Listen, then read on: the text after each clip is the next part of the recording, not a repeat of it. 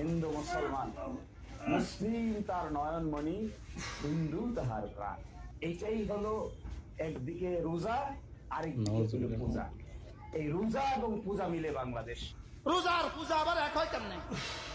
ভগবান আর আল্লাহ আবার এক হয় কেমনে? মোহাম্মদ আবার শ্রীকৃষ্ণ এক হয় কেমনে? এটা আবার এক হয় কেমনে? শুয়োর আর ছাগল আবার এক হয় কেমনে? শুয়োর আর ছাগল এক হইতে পারে? রোজা আর পূজা এক হইতে পারে? এটা আবার এক হয় কেমনে? বিড়িটা যে দোকান দিয়ে খাইবেন, ওই বিড়ির অর্ডার দেবেন, আর লগ লগ বিড়ির একটা শুকটান মারিয়ে এই লগ লগ কি খবরটা কি কবে তোর এই যে কারবারটা কি দেশে দেখছো? দাড়ি পাল্লা ছাড়া এদের সাথে কোনো মানুষই দেখি না। জামাতে ইসলাম করাটা আপনার আমার নৈতিক দায়িত্ব। কি দায়িত্ব? নৈতিক দায়িত্ব। কি জন্য? যদি আপনি জান্নাতে যেতে চান।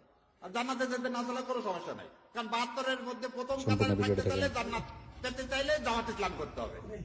আজকে টিকিট দিছি কয়জনের? হাত জাগান। জান্নাতের টিকিট পাইছেন কে কে? হাত জাগান। তরুণরা হাত জাগাও।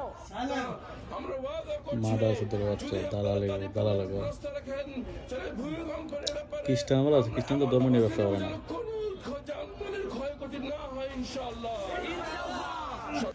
কত রক্তে ভেজা সংগঠন, প্রাণের সংগঠন, দাঁড়িপাল্লায় ভোট দিও।